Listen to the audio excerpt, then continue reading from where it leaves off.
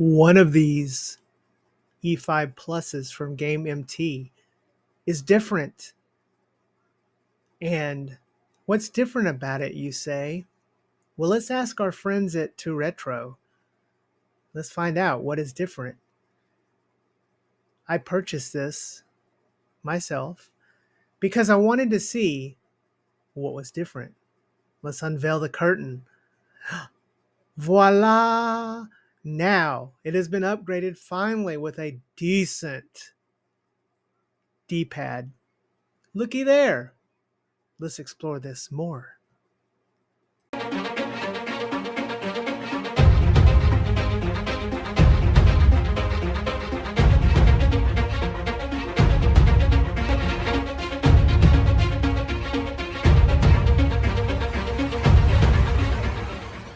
That time of the year, time to pay the tax bill.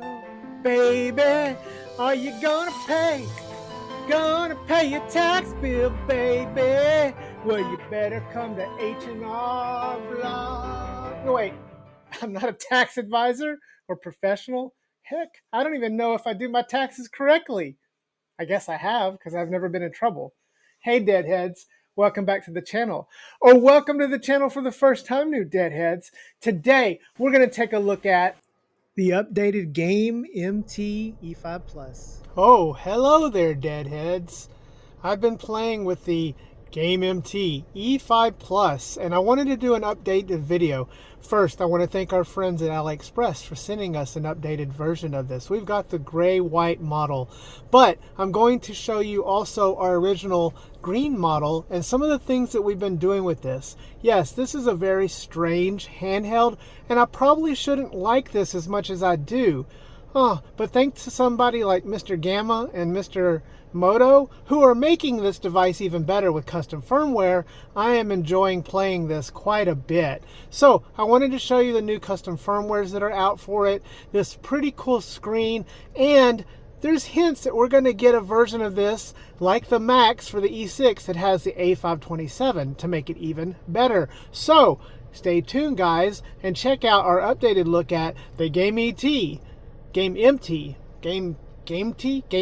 whatever, the GameMT E5 Plus.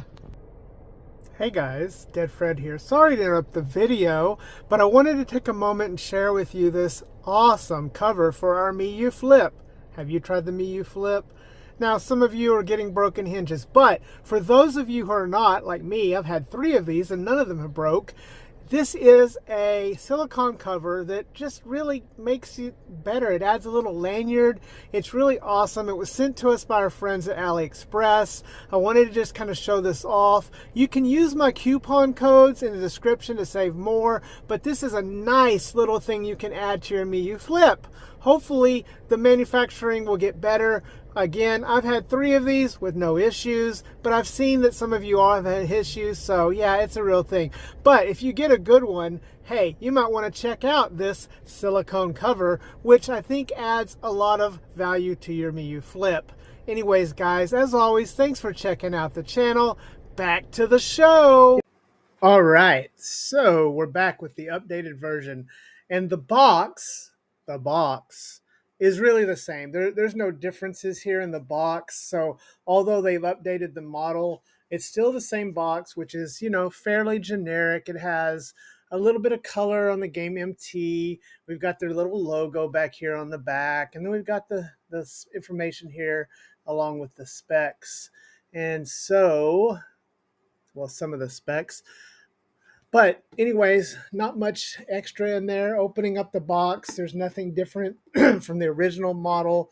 So overall, you can check out our video on the original model, the green one that we previously did, to just kind of see what the unboxing experience is like. But the exciting thing here is that I want to go over first is this updated D-pad. So if you can see right here, this D-pad has been completely revamped. Finally, with the D-pad, it was the single biggest thing that everybody universally agreed is that the previous D-pad, which was found on the E6, the E6 Plus, I think even the Max, although we haven't had the Max yet, was an awful D-pad. So it's good to see that they've listened to it, the feedback, and they have updated the D-pad here. This is a Sega style D-pad, and it's for all intents and purposes, it is pretty good. It's pretty effective. You can see here as I cycle through the menus, it works. It's good. I didn't have any false diagonals. There is cardinal. I'm sorry, I didn't have any false diagonals. There is a little bit of rocking between it, and so overall, I would say that this is a much more acceptable D-pad. It's still sort of in an awkward position there. The way they did the sticks with the D-pad, I kind of don't think it's the best place it could be. I almost, since this thing can only go up to 3566, I'd rather would have seen the D-pad up here swapped and put the sticks down there. I think that would have been better. I think I said that in the original review. But anyways, I love this handheld. I shouldn't. I mean, there's a lot that, you shouldn't. First of all, it's just wide. Okay. And although this CPU is not going to play PSP great, it is good for PSP since it's a 16:9 wide 5-inch screen. So it is really nice for playing that on there. It is a nice big clear screen.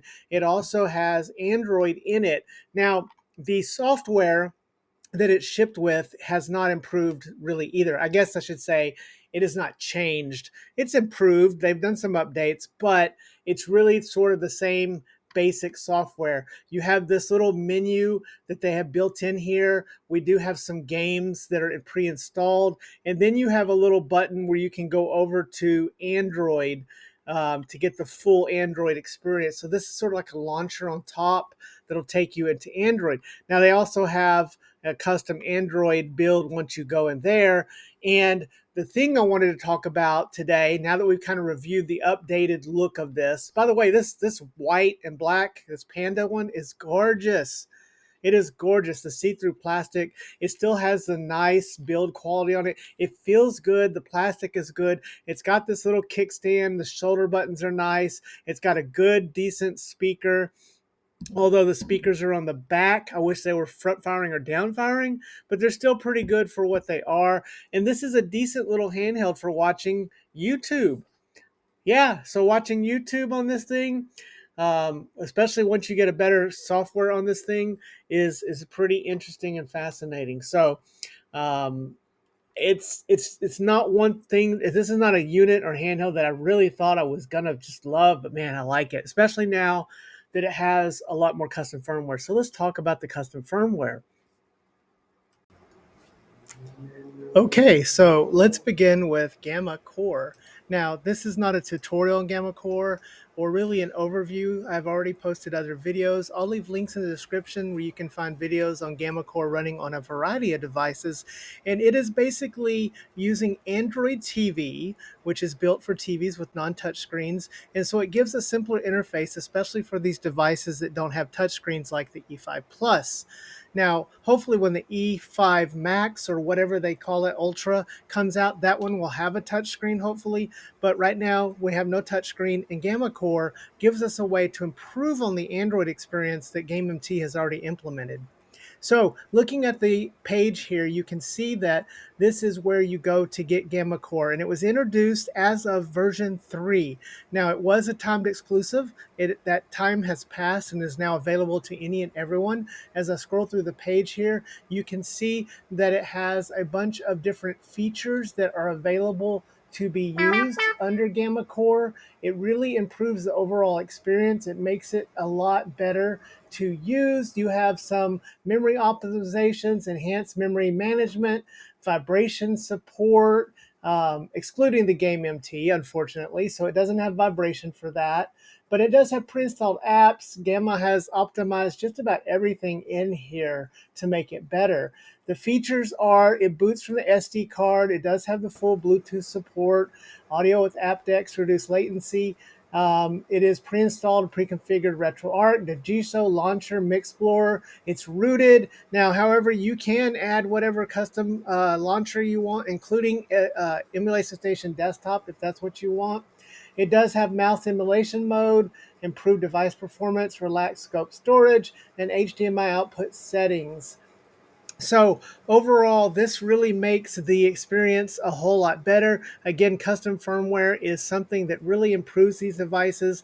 And as we take a look here, you can see that Android is quite improved, even though it's still not as good as it is when you have a touchscreen. And we're hoping that the the E5 Ultra will have a touchscreen. So stay tuned.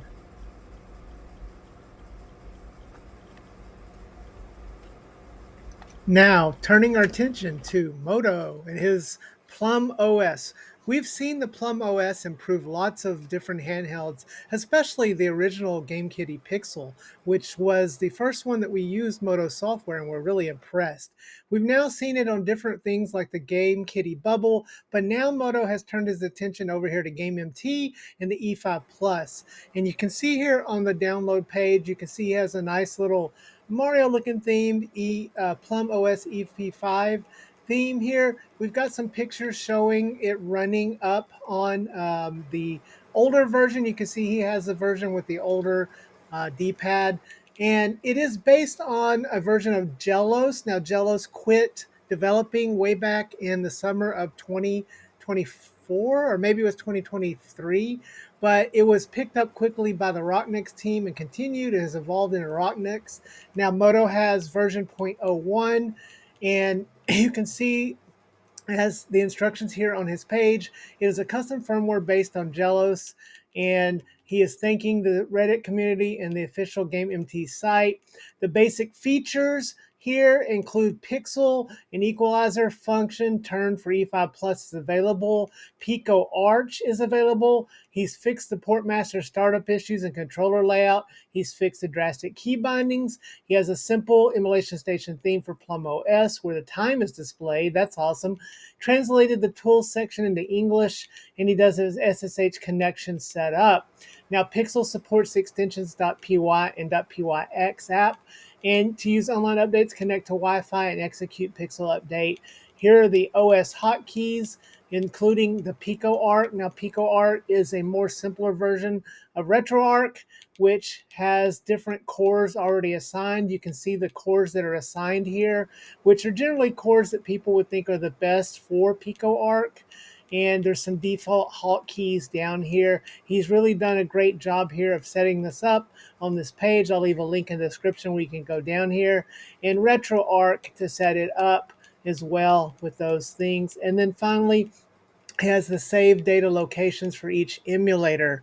Now, Jelos is no longer in development, but that's okay because he has taken that and he's fine-tuned this for this handheld. And hopefully, if this is popular enough, he will continue to develop for it. But at least we have this first version. So let's wrap this video up. Okay, so we have the new and improved GameMT E5 Plus with the new updated D-Pad. So, yes, a handheld that I already really liked, even though it's strange. It has a kickstand. You can set it up and watch YouTube on it. It's got Android, it's got Linux, and it's got this big, funky, wide screen, and it's got a Rockchip 3566, which we know pretty well how to use. And so overall, we liked it, but now it's improved even better. So along with custom firmware, we learned that we have GammaCore running on this, which makes this a lot better for Android. And then if you want the Linux side of things, we've got PlumOS running on this. There are probably some more custom firmwares out there. I know people like to tinker with this. This thing is starting to pick up a lot of community support. So I have a link in the description where you can pick this up at a great price. You can use my codes to save more. And if you're going to get in before we have these tariff things, you might want to get this in the next 5 days or so if you're in the US. If you're one of my friends outside of the US, then you don't have to worry about these tariff silliness that's going on right now, at least not in the way we have to worry about them. But anyways, guys, let me know what you think. It's a great handheld. I'm enjoying a lot. Again, we want to thank AliExpress for sending this over to us for purposes of updating and review. And we hope that you guys enjoy the content we're bringing. We remember to hug your loved ones and love your hugged ones because tomorrow is never promised. We'll see you next time, Deadheads. Dead Fred out.